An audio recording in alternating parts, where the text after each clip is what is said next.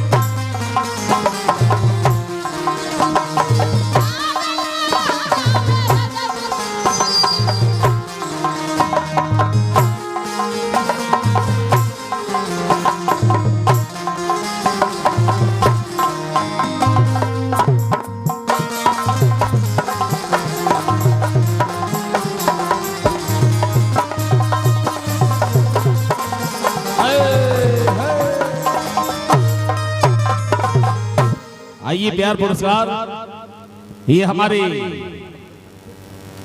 बड़े भाई जो कि माता रानी के प्रांगण में बैठे हैं, हम सब के बीच हैं। बहुत खुशी की बात है। परम आदरणीय ओम प्रकाश सिंह जी, बड़े भैया आदरणीय ओम प्रकाश सिंह दुबई निवासी, दुबई के हमारे बड़े भैया की तरफ से प्यार दुलार मिला है। पारो जी इधर आइए, और किरण जी दोनों जी इधर आइए, सामने देखिए। पारो जी इनके के देखवा वजह देखे लगवा, उनके के देखवा। ओम प्रकाश भैया बैठे हैं।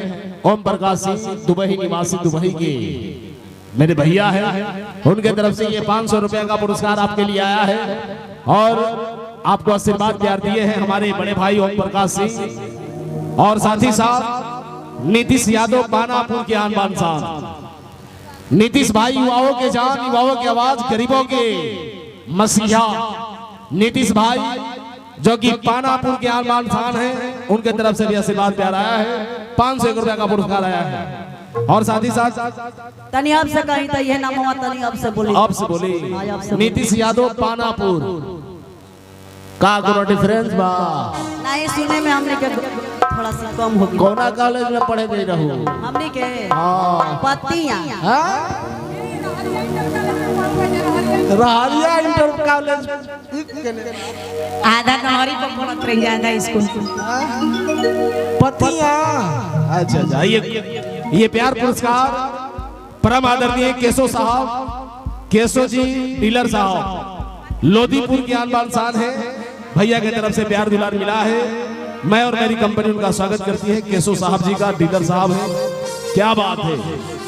ये कसहू करबू तो हमरा असर पड़े वाला बा।